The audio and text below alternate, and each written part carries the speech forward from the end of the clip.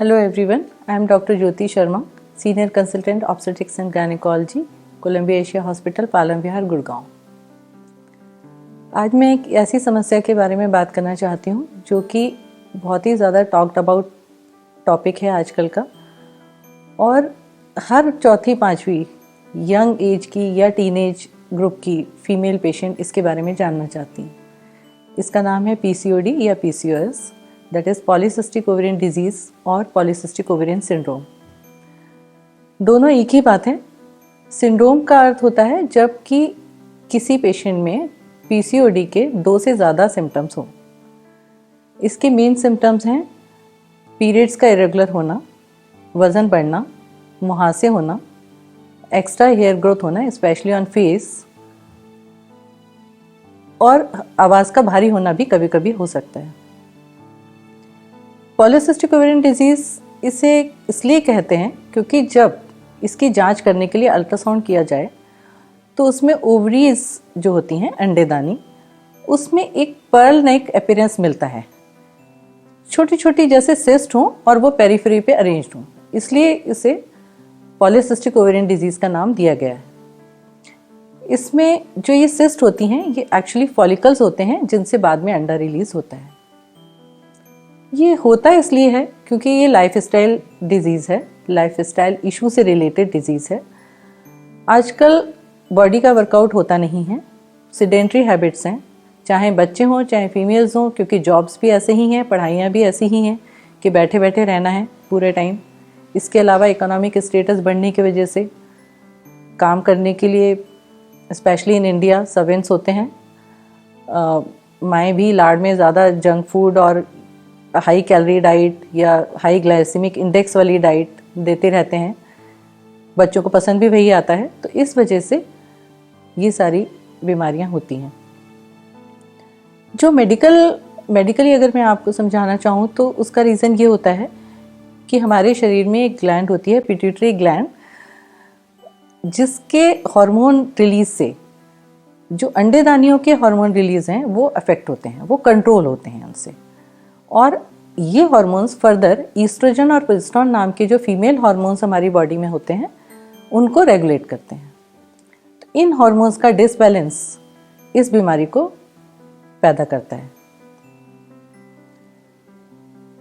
इसी तरह से इस हार्मोन्स के डिसबैलेंस की वजह से इंसुलिन नाम का हार्मोन, जो कि बॉडी में ग्लूकोज मेटाबॉलिज्म को अफेक्ट करता है, उसका रेजिस्टेंस भी डेवलप हो जाता है, जिससे कि ग्लूकोज लेवल बॉडी में बढ़ने लगता है, और इसी वजह से ओबेसिटी या मोटापा होता है।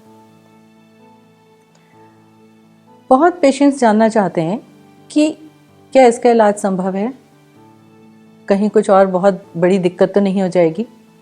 तो मैं उन्हें कहना चाहूँगी कि बहुत ज़्यादा इसमें परेशान होने की बात नहीं है, ये ट्रीटेबल डिजीज़ है, लेकिन exercise is the main stay of the treatment. Exercise के बगैर सिर्फ मेडिसिन लेके, हालांकि मेडिसिन दी जाती हैं, सपोर्टिव मेडिसिन होती हैं, कुछ हार्मोनल पिल्स भी होते हैं, लेकिन एक्सरसाइज करना बहुत ज़रूरी है। सिर्फ मेडिसिन लेके बिना एक्सरसाइज के कभी ये ठीक नहीं हो सकता। तो एक्सरसाइज के नाम पे अगर जिम ज्वाइन कर सकते हैं अच्छा है, लेकिन अगर जिम ना भी ज्वाइन कर सकें तो घर में ही एरोबिक्स करें, और कुछ नहीं तो स्किपिंग करें। अगर डेली नहीं भी कर सकते हैं तो हफ्ते में 3 बार कम से कम ज़रूर करें, तो वो बहुत मदद करेगा। इसके अलावा जैसा मैंने बताया कि जंक फूड अवॉइड करना चाहिए, हेल्दी फूड लिया जाए, लो कैलोरी फूड लिया जाए, बहुत सारे फाइबर्स लिए जाएं जो कि फ्रूट्स और सैलेड्स में होते हैं, तो इसे हम काफ़ी हद तक काबू कर सकते हैं।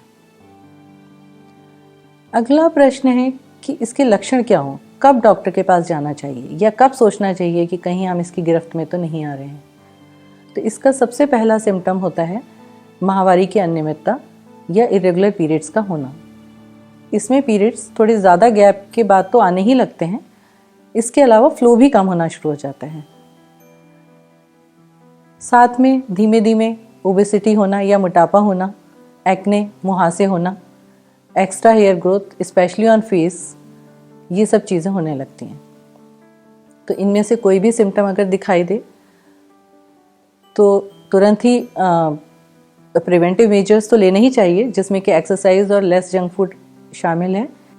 अगर मेडिसिन से इलाज संभव ना हो, जो कि बहुत रेयर केसेस में होता है, तो उसमें एक सर्जिकल इंटरवेंशन भी किया जाता है, जिसे ओवेरियन ड्रिलिंग कहते हैं।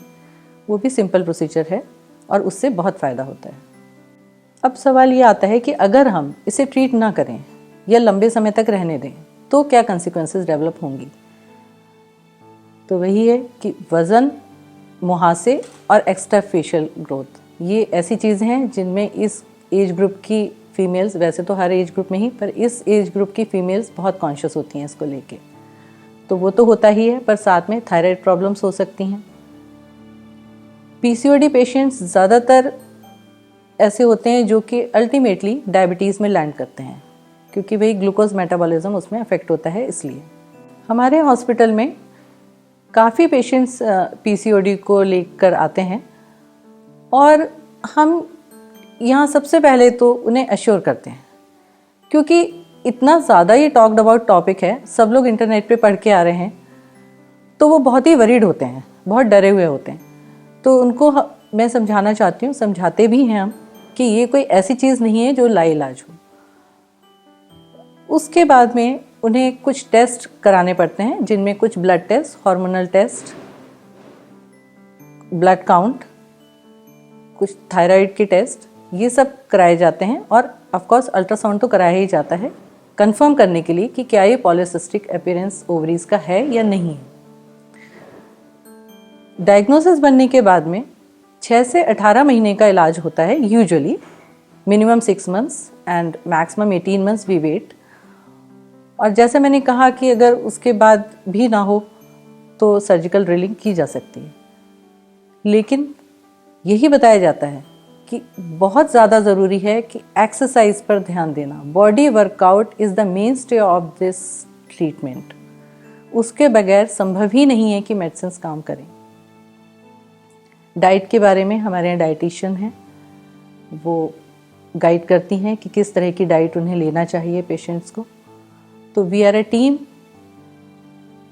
Gynaecology department with radiology department, with dietitian, we ensure the complete recovery from PCOD.